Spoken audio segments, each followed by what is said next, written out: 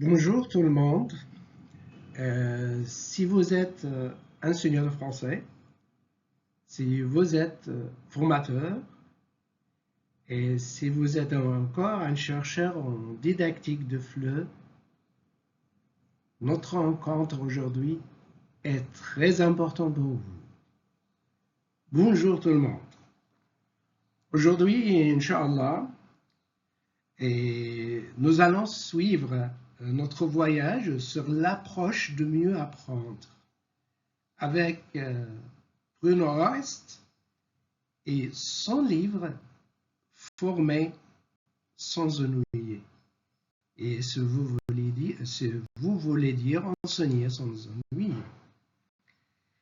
Alors,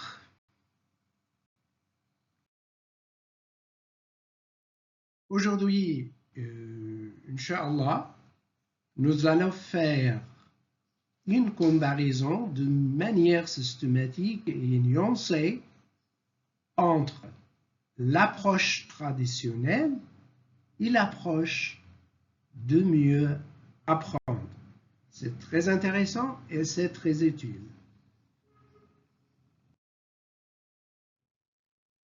Alors, dans cette comparaison, nous allons mettre l'accent sur les préconçus fondamentaux, soit pour l'approche traditionnelle, soit pour l'approche de mieux apprendre. Autrement dit, et dans notre rencontre aujourd'hui, Inch'Allah, nous allons comparer seulement les préconçus fondamentaux utilisés pour les deux approches, soit l'approche traditionnelle, soit l'approche de mieux apprendre. Alors, on commence.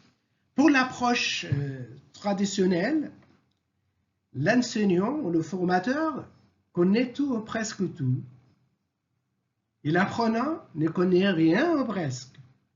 Alors, l'enseignant connaît tout ou presque. L'apprenant ne connaît rien ou presque. La situation est différente dans l'approche de mieux apprendre. Pour l'approche de mieux apprendre, l'enseignant et les apprenants ont une large palette de connaissances et d'expériences à partager. Alors, pour l'approche de mieux apprendre, les connaissances et l'expérience existent, soit chez l'enseignant, soit chez le formateur, et la même chose pour les apprenants. Ils partagent les deux, l'enseignant, le formateur et les apprenants, les deux partagent les connaissances et l'expérience. Deuxième point, pour l'approche traditionnelle, apprendre est un processus de remplissage, de remplir la tête, le cerveau. Apprendre, selon l'approche traditionnelle, est un processus de remplissage d'une structure vide. Au contraire, pour le mieux apprendre. Au contraire, pour l'approche de mieux apprendre, apprendre est le développement de structures mentales existantes. Alors, comme on a déjà dit, les connaissances et l'expérience existent. Alors, on donne soin à développer ce qui existe réellement. Alors, pour l'approche de mieux apprendre, apprendre est le développement des structures mentales existantes. Troisième point. Pour l'approche traditionnelle, apprendre est considéré comme une démarche difficile. Difficile à faire, difficile à enseigner, difficile de faire apprendre. Selon l'approche traditionnelle, les préconçus fondamentaux, c'est l'approche traditionnelle considère l'apprentissage comme une démarche difficile. Par contre, l'approche de mieux apprendre considère l'apprentissage comme une démarche naturelle. Alors, on passe maintenant pour traiter le quatrième point. Faites attention toujours dans les préconçus fondamentaux. Quatrième point, les états des apprenants sont peu pris en compte. Alors, dans l'approche traditionnelle, on donne un peu de soin pour l'état des apprenants. Pourquoi? Parce que d'après l'approche traditionnelle, apprendre est une situation de remplissage, un processus de remplissage. Alors, on ne donne pas un grand soin pour les états des apprenants.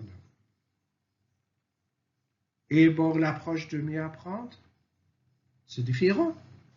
Les états des apprenants sont soigneusement suivis. Alors, on donne une grande importance pour les états des apprenants.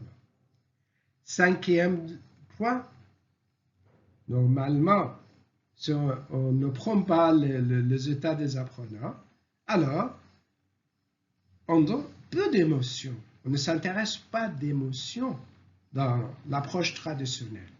Au contraire, pour l'approche de mieux apprendre, les émotions ont leur place reconnue et importante.